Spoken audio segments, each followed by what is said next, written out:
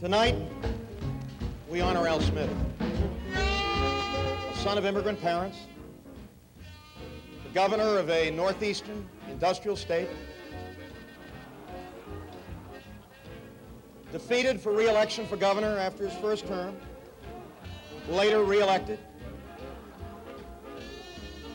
He was once described as a pugnacious 5'7", with sloping shoulders and an unimposing appearance. And he was nominated for president by the Democratic Party.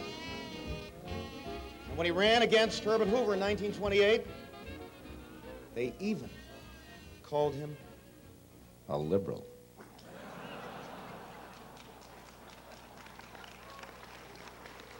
Now, before the Vice President says it, I know I'm no Al Smith.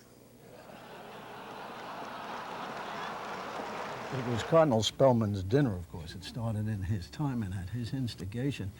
He was involved very deeply in it. Cardinal Spellman always wanted to say thank you to the people who ran New York City. He knew it was a difficult thing to do. Into New York's Grand Central Station comes a special train with some very special passengers. Canada's own quintuplets, greeted by their host, Francis Cardinal Spellman. They come not only as sightseers, high spot of a busy weekend will be a singing appearance at the 6th annual dinner of the Alfred E. Smith Memorial Foundation.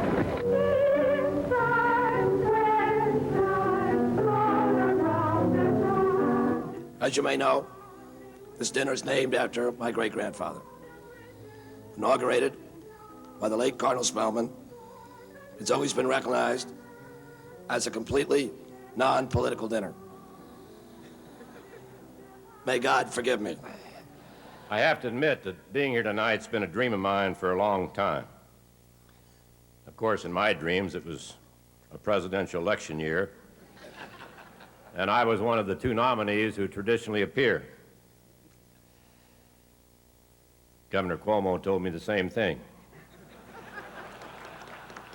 And as a senator, I have no more responsibility than completing the mission that President Eisenhower outlined at this dinner in 1954.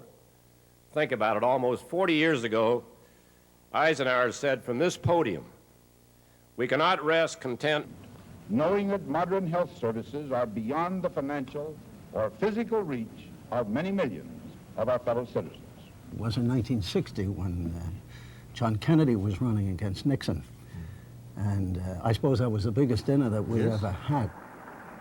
Cardinal Spellman is the only man so widely respected in American politics that he could bring together amicably at the same banquet table for the first time in this campaign two political leaders who are increasingly apprehensive about the November election, who have long eyed each other suspiciously, and who have disagreed so strongly, both publicly and privately, Vice President Nixon and Governor Rockefeller. To be at the dinner and on the dais was a recognition that you were somebody in that world. Whoever put this head table together should really be our president. It kept me awake all last night, and finally around 4 a.m. this morning, the ghost of Al Smith appeared at my bedside, and he said, "Mr. President, I have seen the guest list for that dinner too. I can't sleep either." You know, I loved the Bonfire of the Vanities, but I never dreamed I'd get to address some of the characters in person. The dinner is billed as non-political. Don't believe it. It is a good place to take the pulse of some real political power, including the cheering of Ronald Reagan and the booing of the empty chair of Walter Mondale in 1984. Might I ask if Monsignor Clark would come up here, because either the President of the United States or I am without a seat, and I have no intention of standing. I must say, I have traveled the banquet circuit for many years. I've never quite understood the logistics of dinners like this and how the absence of one individual could cause three of us to not have seats. They used to say it was the great political, non-political dinner. It's political in the sense that great figures came, yes, but they were not supposed to be political. They were supposed to be charming and pleasant about one another, which had a very special charm for that dinner. Mr. Vice President, I'm glad to see you here tonight. You've said many, many times in this campaign that you want to give America back to the little guy.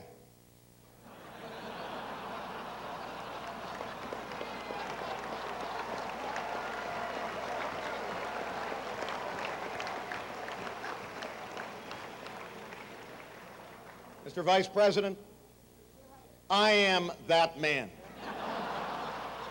And as I looked out at all the white ties and tails this evening, I realized I haven't seen so many people so well dressed since I went to a come-as-you-are party in Kennebunkport.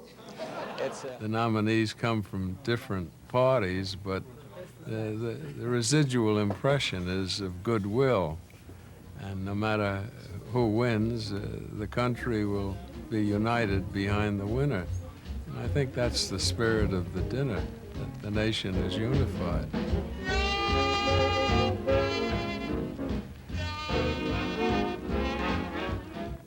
Well, Dick Nixon and I know this is the kind of a country where any poor boy can grow up to be vice president. It's just one of those chances you have to take. We both come from rather humble backgrounds. Regardless of what some others may call us, he's the son of a druggist and I'm the son of a grocer. So, honored guests and ladies and gentlemen, believe me, to be back at one of the great annual Al Smith dinners is an honor and a privilege indeed. Of course, we're all wondering what Bob Hope will have to say. This is always a delightful group. I've never seen so many Catholics not playing bingo. I've never seen anything like this. I presume to share this personal experience with you tonight because it says so much about our gentle friend, Terrence Cook. It says much also about Al Smith and Cardinal Spellman and Charlie Silver. For linked in charity, linked in service, linked in humanity, they are linked by this occasion. I think it should make us proud to have known these great Americans and their works of love for their fellow man.